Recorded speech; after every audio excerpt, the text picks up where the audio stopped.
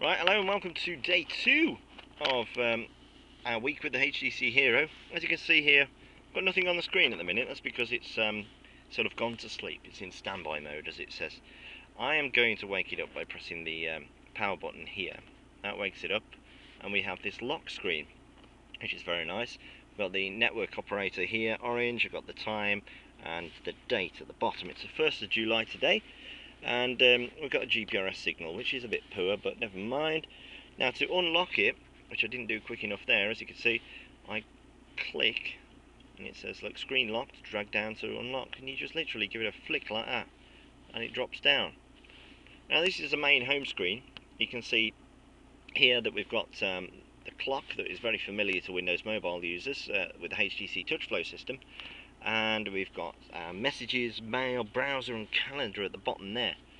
Now, you'll have probably heard at the launch of this phone that a lot of the HTC guys were saying that the phone, every phone should be a smartphone, and it should be intelligent, and you can make it mine. I kept saying, make it mine.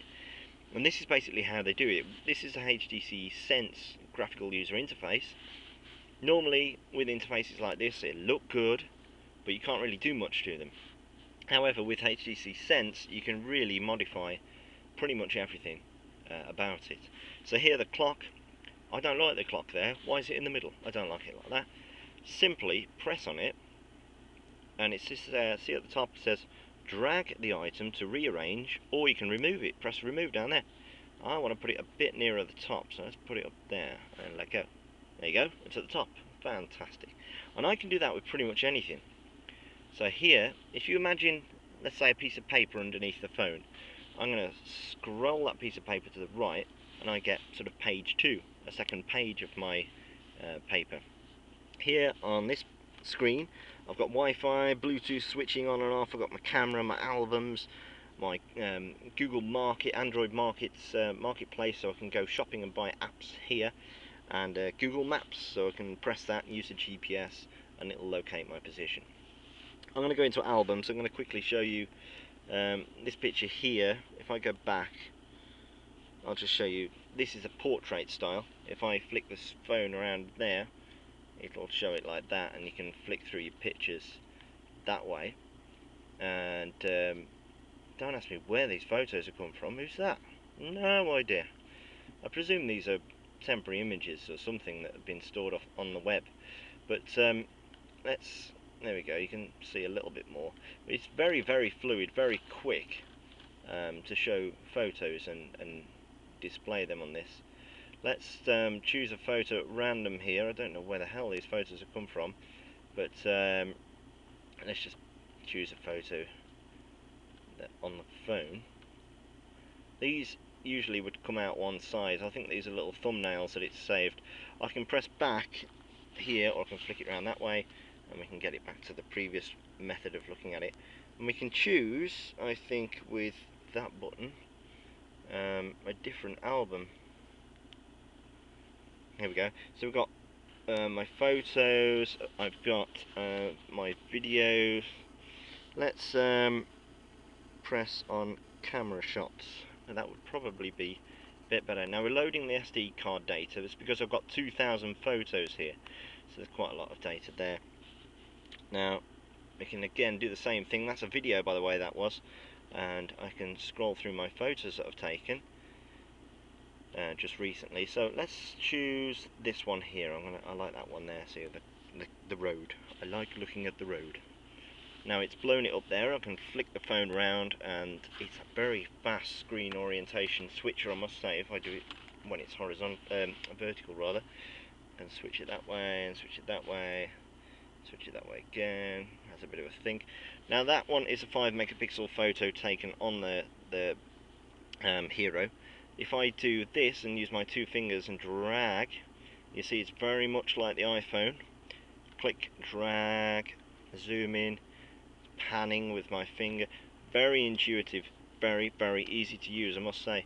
I've come out of that by accident. This is the camera, by the way. If we press on the camera button down here, I hope this is an early version of the software. Okay, I'm going to ignore that. Let's As usual with Cool Smartphone, we're using an early version of the software here, and I'm just going to go in through the other way. Camera, again, you're familiar with that sort of camera interface there.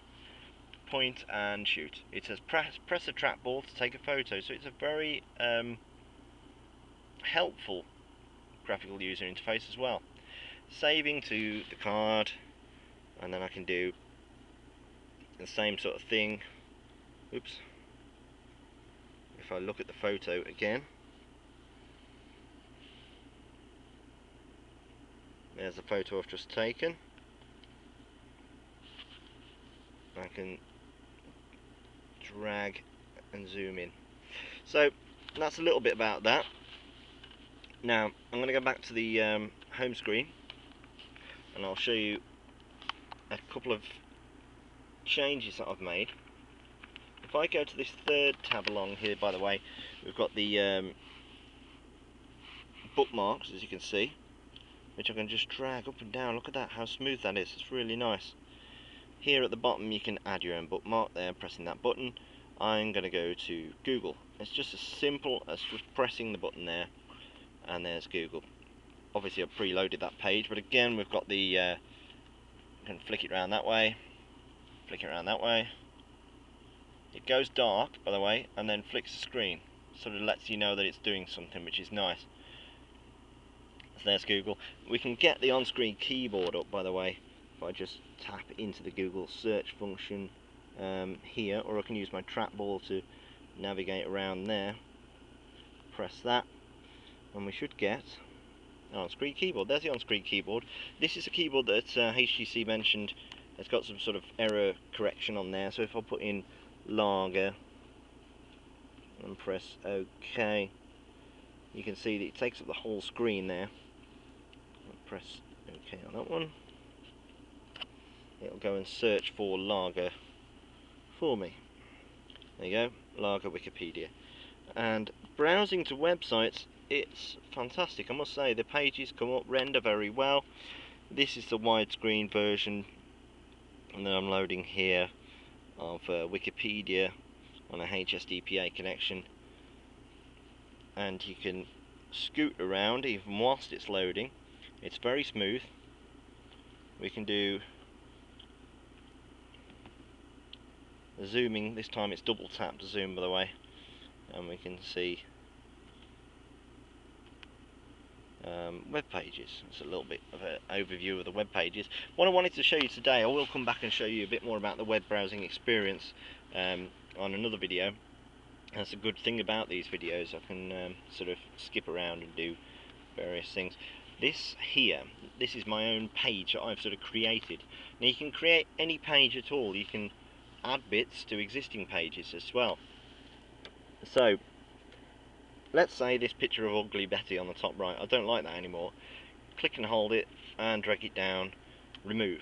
She will go red and go bang, and she's disappeared.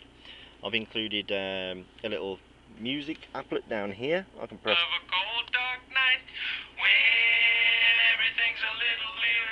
play on that. Takes me into the music applet.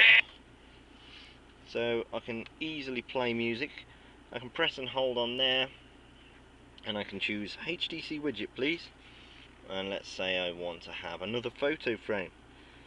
And let's, whoops, I don't want the search function, I want the photo frame, the one above it. At the moment there's only one type of photo frame. I'm going to choose that one. And the next screen, it will take you into your photos. So I'm going to choose a photo now. I'm going to choose from my camera shots.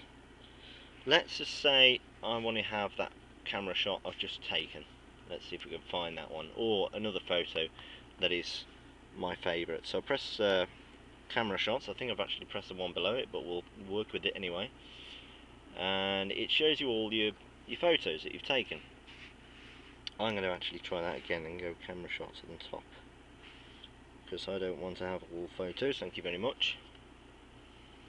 I've got, as you can see, about 2,000 photos there, so there is quite a lot for it to deal with on this particular interface, but it does deal with it very well, I must say. It's loading up my 2,000 photos now, and instantly, so, I mean, 2,000 photos, and look at that. I mean, it took a few seconds to load them up, fair play, but it is so fluid. Now let's say I want that photo on there. I like my little Mr. Man, but it won't fit.